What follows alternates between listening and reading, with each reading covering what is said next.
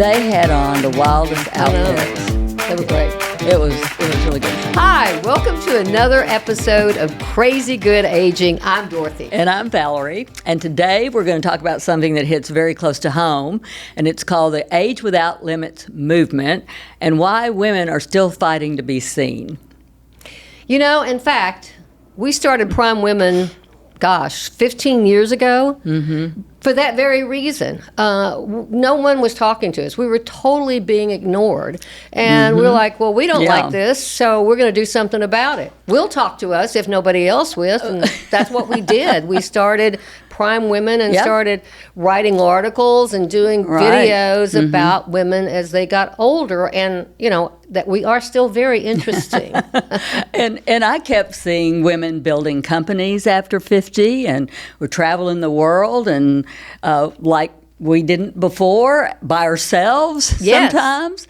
We're running marathons. We're doing all kinds of things. So why haven't things changed, I wonder? I don't know. I think culture is so embedded in society that it's really hard to break. Right. I mean, ageism really is the only stereotype left that is okay to you know. Yeah, it's okay to put us down, right? Right. I mean, it's okay to make fun of older people. It's almost socially acceptable. It is. It's right. Absolutely socially acceptable. Yeah. So we're going to get into that today. Let's start with the thing that we're talking about: women being invisible. It is so true. I mean, I can remember that, you know, back in the day, you know, I could walk through and people actually turned and looked at me. After a certain age, it's like you become part of the wallpaper. It's like nobody's looking at you. What happened, you know? Well, I think we've all experienced some of that now. And it is really interesting to observe that.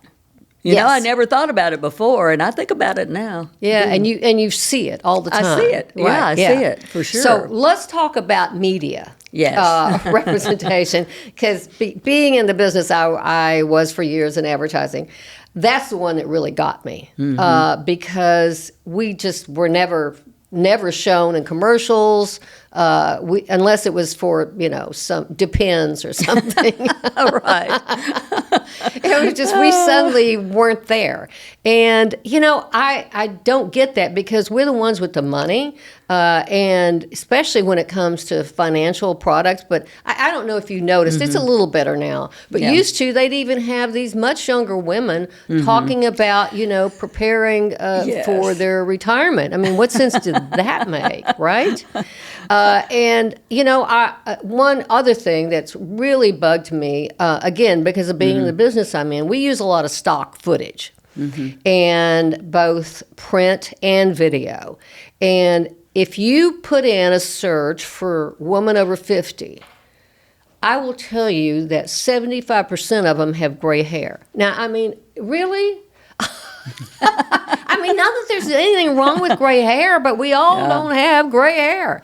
And God forbid if you put in older woman or mature woman, and you're like, God, what is she, 90? In my business, you know, we were doing ads, and we always want, because we're in the staffing business and placing people in jobs, we always wanted a lot of representation of different ages and ethnicities and so on.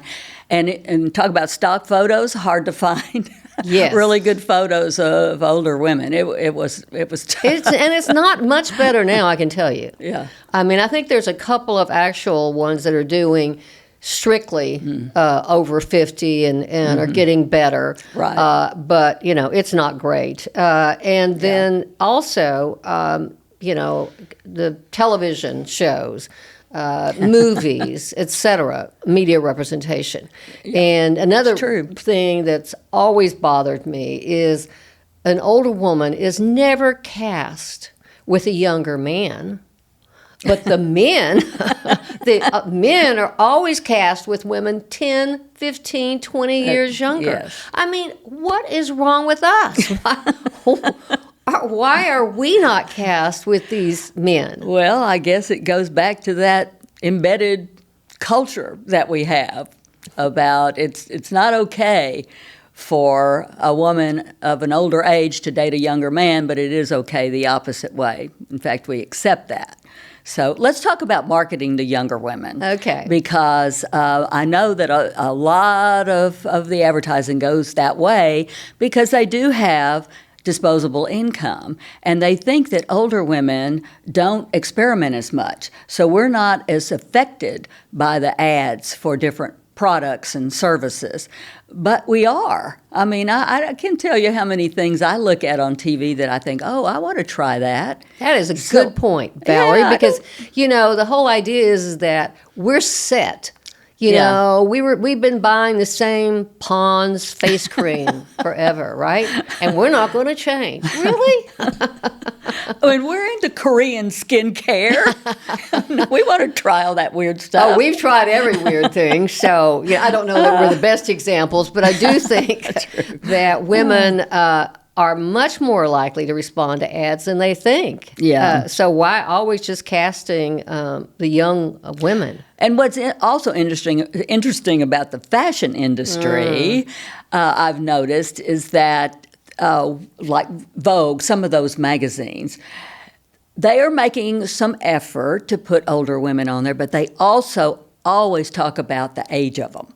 Always. Yes. So it's like, oh, look at these women. They're 60 years old. Oh, look at these. They're 55. They never say that to anybody else. No. It's just to us. Yeah, no, And they don't say, oh, look at her. She's not quite 16, which there's plenty of those on there.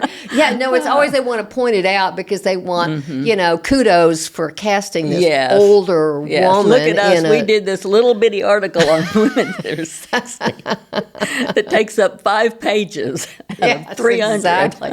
But at least, I will say, when we started Prime Women 16 years ago, I guess now, they weren't even casting any women in fashion shoots or articles or anything older. I mean, they just weren't casting us. But they're doing better. But like you say, they're pointing it out. Look at her. She's over 70.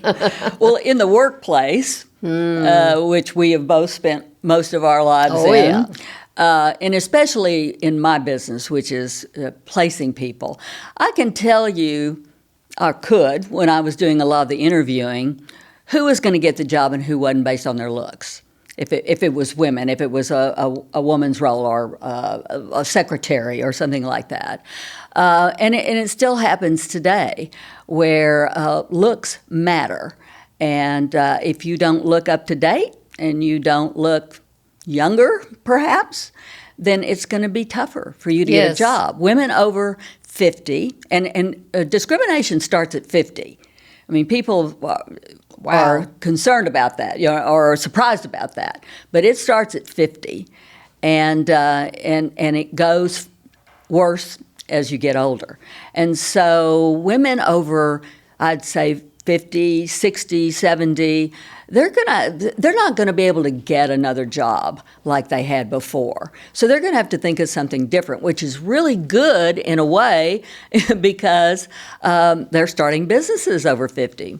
And so I'm seeing a lot of women in corporate America that have had it with corporate America, which says something about corporate America and women, and they're doing something different. So I kind of get the idea that if you don't look vibrant and up to date and you're interviewing, I don't care what your age is. I mean, you're not going to get the job. Yeah. So I think that is a good indication to women, older women going out to apply for a job. You don't have to dye your hair. If you've got gray hair, fine. But it should be stylish. You should be dressed professionally, not dowdy, certainly, but professionally. So I think there is something to that. Now, the other thing I want to talk about is dating after 50. Oh, because yes, dating. That is what I'm doing now as a widow. And I will tell you, that's a real fun thing because now I have not done the online dating, and I hope to not do that because it's so, you talk about discriminating. The men always want women that are 10, 20 years younger than them. So, we're left with nothing, I guess. I don't know. So the best you can hope for is to go out there and meet someone, because it is not fair online, I will tell you. They do not help older women at all. And I think, Even the older sites, aren't there older sites? They are, but you think those old men want? You think they want a woman their age? No, and they look like the Dickens, and I'm like, who do you think you are? But it's just the way it is. So I don't do online dating for that reason, is because I get pigeonholed into. So I'm going to get somebody that's 80 plus. Are you kidding? No. It's the funny thing is that while society thinks we're disappearing, most women I know are getting more confident and putting themselves out there. Well, we just need to think about what can we do? What can women our age do to make sure we're not less visible? And I don't know what that is. I have some ideas, but I think a lot of conversation needs to happen. A lot of podcasts about exactly from women that are over 50 that talk about these issues and how we can overcome them, because we got to keep trying. We just can't give up. Absolutely. Can we talk about when George Clooney gets older, he's distinguished? Yes, and we're told to buy some Miracle Cream and maybe cut our bangs. And George Clooney gets Silver Fox. And we get our Have You Tried fillers. And men age like fine wine, and women age like moldy cheese. And we're just supposed to accept that? With a straight face? Let's list some things that society assumes that women over 50 can't do. Learn technology. Mm-hmm. Start a business. Date. Exercise. Understand social media. Which is funny because some of the most successful influencers are over 60. I know. Isn't that the truth? Now, what about women starting business after 50? How many women do you know have done that? Oh, lots of women, because they're coming out of corporate America, as I said before. It's probably the problem with corporate America. And they've had it, and they want to start their own businesses. They've learned a lot. They see some gaps, and they go for it. So the average age of a woman starting a business in the U.S. is around 45. But now I'm seeing so many women over 50 starting businesses because they understand it now. There's lots of so many resources to help them that they're really going out on their own or with other women or other people and doing very well. Well, I remember our friend Carol, because she's kind of her business with counseling women and men. But I remember she told us that the fastest growing group opening businesses, and that was pretty recently, were over 70. Now, how good is that? Well, there are a lot of businesses that people over 70 can start. Well, they can do consulting. A lot of really experienced people with a lot of skills behind them start consulting businesses. And who wouldn't want somebody who's had all that experience and is willing to work part-time or do different little projects for companies that they don't have to pay big companies like Accenture to do. Exactly. No kidding. And the other thing I've noticed, there's a lot of women that have started new careers after retirement. Well, I'm a good one. Right. I retired from I started a ad podcast. agency, and I get into the publishing business. We have friends that have become artists, become really good artists. Yes. And are now, that's what they do. Right. And I think that's a good thing for a lot of women. New careers, especially if they've been doing the same thing forever, and you get stale. And I think starting a new business or doing something different after, say, 65 is really good for your brain. because Yes. you're using it in a different, new way. And that's great, and you don't have to go play mahjong. Not that there's anything wrong with it, I suppose. I haven't learned. Have you? I have learned. Well, I went to one class. Oh. It was so fun, though. Oh, I mean, know, it would I be. got the basics of it, but I don't really understand all the strategy. So Right. that's something I want to do. Yeah, I would like to play it. I'm just using that as an example. Yeah. They're always saying, "Oh, go learn to play mahjong." Well, what about contributing to society and going out there and using some of your experience to do something new? And it is good for the brain. And a lot of corporate executives women executives over 50 have gone into the nonprofit world. Right. And have been really successful, either running a nonprofit or contributing as being a board member Yeah. or a committee member. So there's a lot of that going on that I think is really positive for the nonprofit world. Yeah, and giving back. I mean, that's something we all need to do. Especially those of us who've done very well in our business, been succful. We should give back. Yeah, mentoring younger women, that's always, you're I find that to be terrific a at lot that. of fun. Yeah, Love to you're do the that. best at that, and I think that's great. And what about learning new skills? I have loved learning AI. Me too. I think that is the best thing ever. Of course, if they had AI back when I was younger, I would be worthless because I wouldn't know how to write anything. Well, I've learned Chat GPT, and of course, I use social media a lot. And once I learned it, I just loved it. And I know that there are people that don't like to be on social media, but that's how I learn about other people. That's how Right. I learn what's going on out there in the world. It's Right. really, really eye-opening. Right. And I have an agent that helps me with my daily tasks. I had to learn to create an agent, have which was one. really weird. Mine isn't doing too well, but I did create an agent. Yeah. Okay. So, what about our prime women readers and their accomplishments? I tell you, I've heard from many of them, and that's a great thing about prime women. I'll give a little plug right now. Yes. Our publication, primewomen.com. You can subscribe. It's free. We publish new articles every day, and we send a newsletter once a week, or you can sign up for 3 times a week if you want to have it in smaller doses.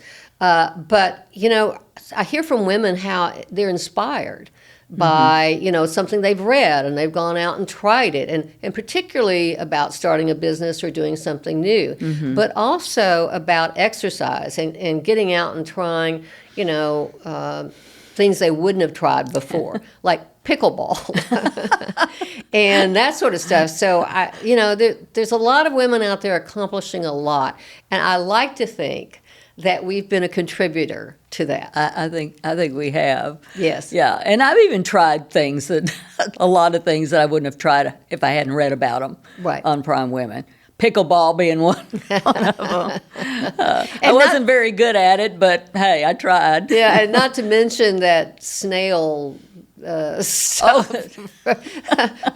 for the face, The snails, yes, the snail I cream. did not try that. But Oh, I tried that. It was like any other cream, though, I think. yeah. So age doesn't make you incapable. In fact, it makes you fearless. I believe that. I read all the time that older people can't learn technology. Which is hilarious because we had to adapt from the rotary phone to smartphones. Exactly. And if you think about it, I mean, we've gone through cassettes, DVDs, email, texting, Zoom, streaming, online banking, social media, AI. Yeah, and our children can't even figure out the TV remote. Right. But somehow we're the ones Yes. who don't understand technology. Well, you think about people that were born in the 40s, 50s, 60s. I mean, we've been through more technological change than any group in history. And we've managed to get through it, to learn it, and to be successful at it. So there. Well, what's the one thing that gets better with age, Dorothy? I think that it's that you just don't care anymore what people think. I agree with that completely. I mean, I used to really think about what people thought about me and would be upset if I heard somebody criticize me. No, I don't care. Exactly. It doesn't matter. I think we have a lot more confidence as we age. I think so, too. Yeah. And I think women and men, I suppose, I don't know about them, but women are more authentic. I agree with that too. I think we are with our relationships. Yeah. Yes. Yeah, because we've had to cooperate with one another. We've really had to support each other, and men just compete with each other. So. And the authentic goes back to the I don't really care what somebody thinks, so I might as well be authentic. Also, boundaries. I think I know I'm much better at setting boundaries with people. Yeah, I'm getting there. You're letting people infringe on you, right? Occasionally, yes. Yeah. And what about friendships? Oh, friendships have been great. I've really felt that I've been able to have better friendships, deeper friendships than I did when I was younger because I was so engrossed in running and starting these businesses that, I didn't have the time to really do that and spend time with family and friends, and now I do. Right. So it's much better. And even making new friends, which I've done because I spend the summer in Jackson Hole. I've made new friends there, and that's great. I mean, I still have my old friends, like you. And financial independence might be the best of all. Not worrying about money. Yes. And I know that's not true for all my listeners out there. And but even there, I think we worry less about money. Yeah, because it doesn't mean as much to us, or it doesn't to me. But it never has really to me. But now, being financially secure is really important. I think the other thing that we have a lot of is wisdom. I think I've gained a lot of wisdom along the way. Yes, absolutely. When you're younger, you spend a lot of time wondering what everyone's thinking, particularly about you. And now that we're in our later years, we're thinking about ourselves. Yeah, you finally figured out that nobody ever thought about you anyway. Everybody true. thinks about themselves. So, Dorothy, what do you think is the biggest surprise about getting older? No one told me how much fun it would be. Right. I agree. Another thing is I'm just shocked at how I feel at this age, which is 76. I am fitter than I was 20 years ago. And I don't feel constrained by age like I thought I would. I thought, I would be willing to try certain new things, but I am. Well, I mean, I still have some aches and pains. I mean, as I've gotten older, I've had a few aches and pains. But I'm still exercising and doing maybe not as strenuous, crazy things as I used to do, but still active and still able to walk with younger people and keep up with them. And so I'm just thinking, well, is something wrong with me? No. Should I? And think about the women we've interviewed and what the things they've done.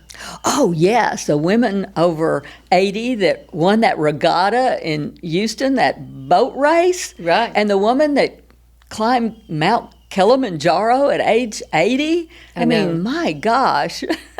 The Age Without Limits movement is not about pretending we're not aging. No. It's about not letting a number determine our value, our relevance, or our possibilities. And so there we go. Prime Women started 15 years ago to show that we're not going to remain invisible. We're going to stay out there and keep fighting. And yet, so much hasn't changed. We still have so much to do to change people's opinion about our aging. And, yes, I think we're becoming a lot more interesting. Oh, me too. Okay, so that's it for Crazy Good Aging. If you enjoyed this program, please share it with your other friends, older friends, or maybe your younger friends to change their opinion. Also, like us, and as I mentioned Prime Women before, visit us at primewomen.com and subscribe. It's free, and you'll learn lots of new stuff, and it'll inspire you to get out there and do more. So Yes. please join us again for another episode of Crazy Good Aging. Or something. Yeah.